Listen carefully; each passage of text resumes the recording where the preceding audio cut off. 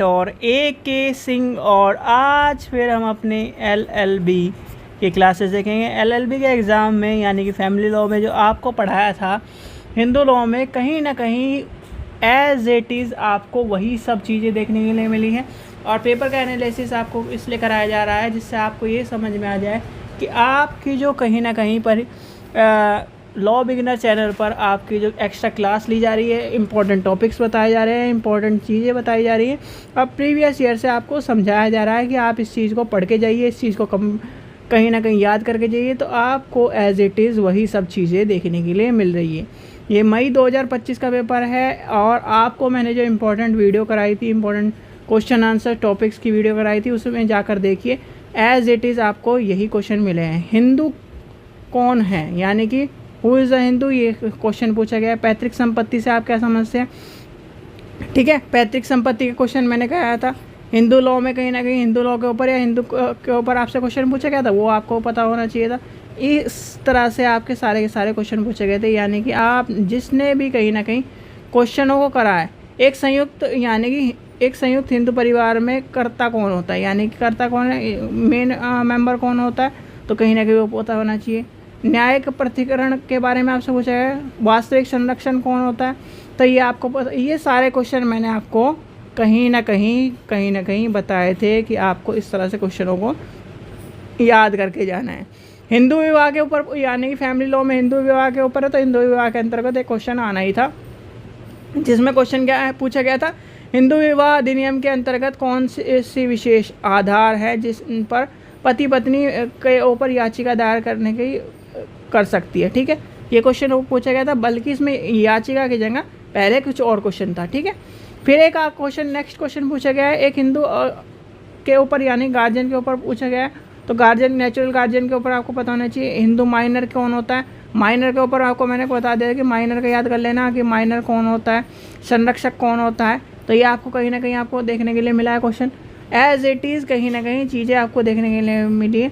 हिंदू विवाह अधिनियम की धारा 14 के अनुसार अंतर्गत आपको स्त्री पुरुष की संपत्ति के अधिकार, ये स्त्री पुरुष की संपत्ति के अधिकार में नहीं, पर कहीं ना कहीं आपसे जो प्रीवियस ईयर मैंने बताया था उसमें कहीं ना कहीं आपको ये कहा था कि हिंदू विवाह के अंतर्गत जो संपत्ति का अधिकार है और स्त्री को संपत्ति का अधिकार के ऊपर और वीडो के ऊपर ये क्वेश्चन आपको देखने के लिए मिलने थे, तो कहीं ना कहीं वीडो के ऊपर क्वेश्चन की जगह आपको ये आपको दत्तक कार्य, ये आपको दत्तक ग्रहण आपको क्वेश्चन मिलेगा। दत्तक कार्य आपको पता होना चाहिए, एक वैध दत्तक का आपको पता होना चाहिए। हिंदू विवाह में एक पवित्र संस्करण के यानी कि या संविधा के ऊपर आपको पता होना चाहिए, क्योंकि देखिए और जितने भी आपको धर्म है उसमें कहीं ना कहीं एक सर्टिफिकेट, जैसे आपका मुस्लिम लॉ है, तो मुस्लिम लॉ में क्या होता है, एक तरह से सर्टिफाइड करा जाता है, एक तरह से सर्टिफिकेशन होता है, एक तरह से क्या करा जाता है, कॉन्ट्रैक्ट करा जाता है, तो कहीं ना कहीं इसलिए। और हिंदू विवाह को कहीं ना कहीं एक संस्कार के रूप में, एक चीज़ों के रूप में नहीं, एक संस्कार के रूप में देखा जाता है, तो इसलिए आपको ये सब चीज़ें पता होनी चाहिए थी। ये भी आपको मैंने क्वेश्चन करवाया था, ठीक है। चलिए और कौन सा देखते हैं, आगे देखते हैं। शून्य और शून्यकारी विवाह के बारे में मैंने कहा था कि शून्य और शून्यकारी विवाह का आपको देख लेना है।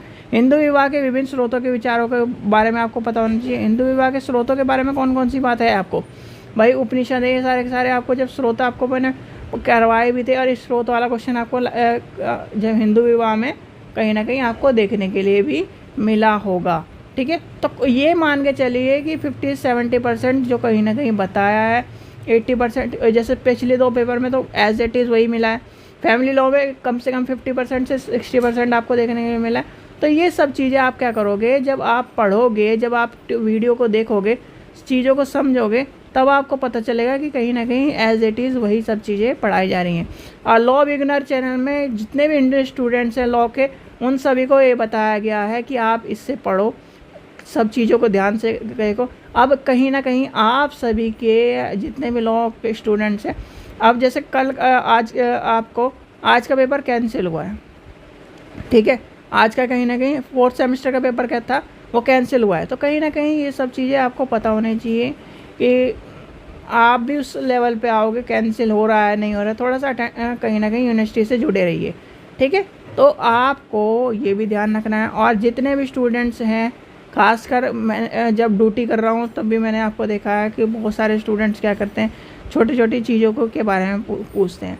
लॉ के स्टूडेंट्स को तो छोटी छोटी चीज़ें पता होनी चाहिए। जैसे आप क्या है, ये फैमिली लॉ में बच्चे पूछ रहे थे कहीं ना कहीं पैतृक संपत्ति क्या है, बताइए पैतृक संपत्ति का आपको पता होना चाहिए। संरक्षक कौन होता है भाई, जब आप फॉर्म भरते हो तब भी आपको ये पूछा जाता है ना कि नहीं गार्जियन कौन है। तो हिंदी स्टूडेंट्स वालों से मैंने कई बार कहा है कि भैया आप एक बार थोड़ा सा इंग्लिश वर्डिंग को भी देख लीजिए। क्या है, इंग्लिश वर्डिंग को देख लीजिए। अब ये क्या है, ये क्या कह रहा है संरक्षक, यहाँ क्या लिखा है गार्जियन।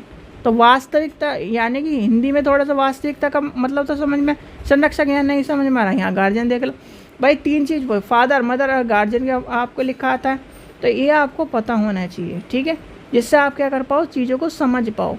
एक बार इंग्लिश में ज़रूर देखिए, ठीक है।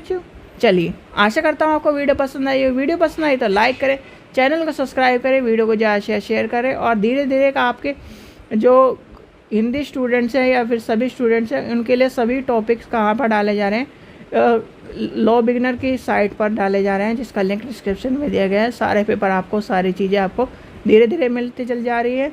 और उसका क्या है, थोड़ा सा भाई चीज़ें आपके लिए डाली जा रही है, तो आपको थोड़ा सा उसमें टाइम देना पड़ेगा, समझना पड़ेगा आपको। चीज़ें वहाँ जब मिल रही हैं तो आपको देखनी पड़ेंगी, ठीक है।